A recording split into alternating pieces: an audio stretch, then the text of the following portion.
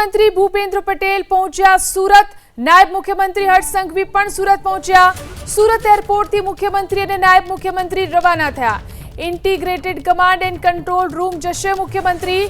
નાયબ મુખ્યમંત્રી પણ તેમની સાથે કમાન્ડ એન્ડ કંટ્રોલ સેન્ટરથી સુરતની સ્થિતિનો તેઓ તાગ મેળવશે। સુરત શહેરની સ્થિતિની મુખ્યમંત્રી અને નાયબ મુખ્યમંત્રી સમીક્ષા કરશે।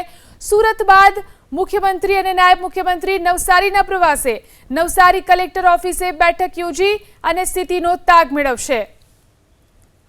તો જે રીતે સુરત અને નવસારીમાં તારાજીના દ્રશ્યો સામે આવ્યા છે। મુખ્યમંત્રી અને નાયબ મુખ્યમંત્રી સુરત પહોંચ્યા। નાયબ મુખ્યમંત્રી હર્ષ સંઘવી પણ સુરત પહોંચ્યા। સુરત એરપોર્ટથી મુખ્યમંત્રી અને નાયબ મુખ્યમંત્રી integrated command and control room જશે અને ત્યાં કંટ્રોલ સેન્ટરથી તેઓ સુરતની સ્થિતિનો તાગ મેળવશે। વધુ જાણકારી મેળવી અમારા એડિટર રોનક પટેલ આપણી સાથે ફોન લાઈનથી જોડાયા છે। રોનકભાઈ, મુખ્યમંત્રી અને નાયબ મુખ્યમંત્રી જ્યારે સુરત પહોંચ્યા છે તેઓ સ્થિતિની સમીક્ષા કરવા માટે પહોંચ્યા છે। મુખ્યમંત્રી સૌપ્રથમ આપણે આ દ્રશ્યો જોઈ શકીએ છીએ અને દ્રશ્યો પ્રમાણે અત્યારે બેઠક કરી રહ્યા છે અને આપ દ્રશ્યોમાં જોઈ શકો છો બેઠકમાં મુખ્યમંત્રી સાથે સાથે કેન્દ્રીય જળશક્તિ મંત્રી સી.આર. પાટીલ પણ મોજૂદ છે। એટલું જ નહીં, કનુભાઈ દેસાઈ પણ મોજૂદ છે, હાજર છે, કારણ કે કનુભાઈ સુરત જિલ્લાના પ્રભારી મંત્રી છે। સાથે જ સુરતના ધારાસભ્ય અને મજૂરાના ધારાસભ્ય રાજ્યના નાયબ મુખ્યમંત્રી હર્ષ સંઘવી પણ મોજૂદ છે। સુરતથી બે મંત્રી છે, આપણે જાણીએ છીએ સરકારમાં પ્રફુલ્લભાઈ પાનસેરિયા પણ હાજર છે।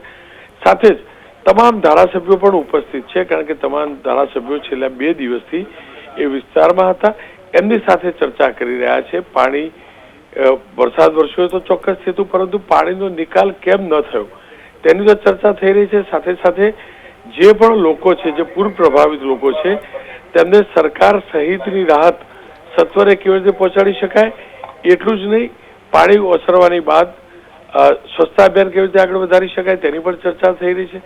સાથે જ નુકસાન મોટા પાયે થયું છે।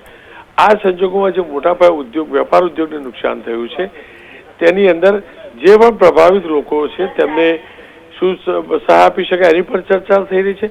આપ જોઈ શકો છો આ કમાન્ડ એન્ડ કંટ્રોલ રૂમની અંદર પણ મુખ્યમંત્રી ગયા હતા, કારણ કે કમાન્ડ એન્ડ કંટ્રોલ રૂમની અંદર તમામ દ્રશ્યો પહોંચતા હોય છે અને એ દ્રશ્યો પરથી તારાજગી એ કંટ્રોલમાં બેઠા બેઠા આઈડિયા આવી જતો હોય છે કે હજુ પણ કેટલા વિસ્તારમાં પાણી છે।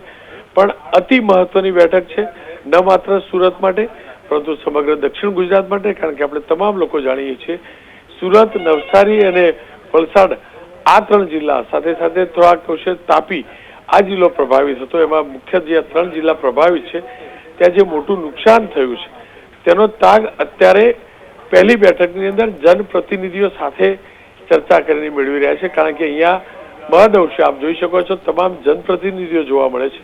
એ તમામ ધારાસભ્યો, રાજ્ય સરકારના બંને મંત્રીઓ, પ્રભારી મંત્રી, કેન્દ્રીય મંત્રી અને નવસારીના સંસદ એવા સી.આર. પાટીલ હાજર છે। સી.આર. પાટીલે ગઈકાલે રાત્રે જાત નિરીક્ષણ કર્યું હતું અને સ્વાભાવિક રીતે જ એમનો ઇનપુટ્સ પણ એટલો મહત્વનો છે।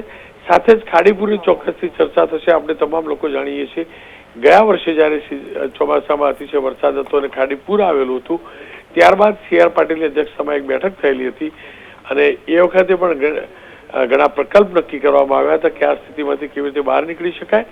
એટલે એ મુદ્દે સી.આર. પાટીલ પણ ઇનપુટ્સ આપી રહ્યા છે।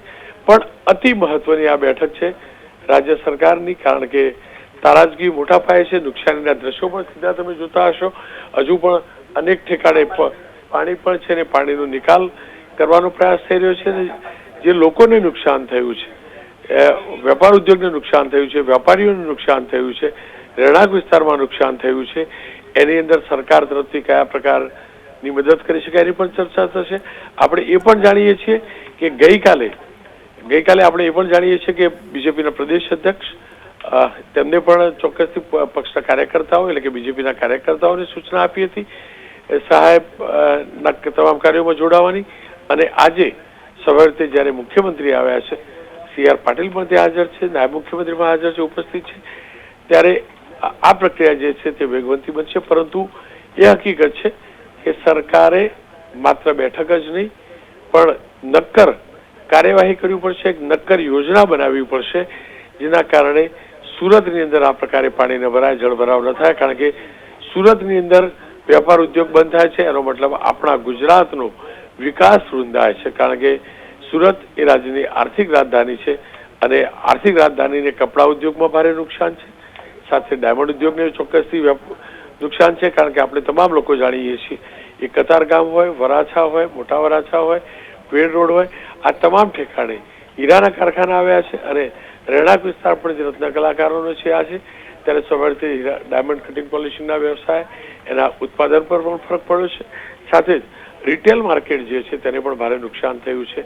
એ કપડાં ઉદ્યોગને ભારે નુકસાન થયું છે, મોટાભાગના કપડાં ઉદ્યોગનો જે બેઝમેન્ટ છે તે એની સાથે સાથે જે પહેલો માળ છે ત્યાં પાણી ભરાયા હતા, એટલે તમામ મુદ્દે સમીક્ષા થઈ રહી છે ને હાલ જે તમે દ્રશ્યો જુઓ છો તે મુખ્યમંત્રી જનપ્રતિનિધિઓ અને તેમાં પણ ધારાસભ્યો છે, આપણે તમામ ધારાસભ્યોને શહેરના તમામ ધારાસભ્યો આપણને નજરે પડી રહ્યા છે, જિલ્લાના ધારાસભ્ય મોહન જોડિયા પણ નજરે પડી રહ્યા છે, એટલે કે સુરત શહેર અને જિલ્લાના તમામ ધારાસભ્યો સાથે મુખ્યમંત્રી ચર્ચા કરી સ્થિતિની સમીક્ષા કરી રહ્યા છે.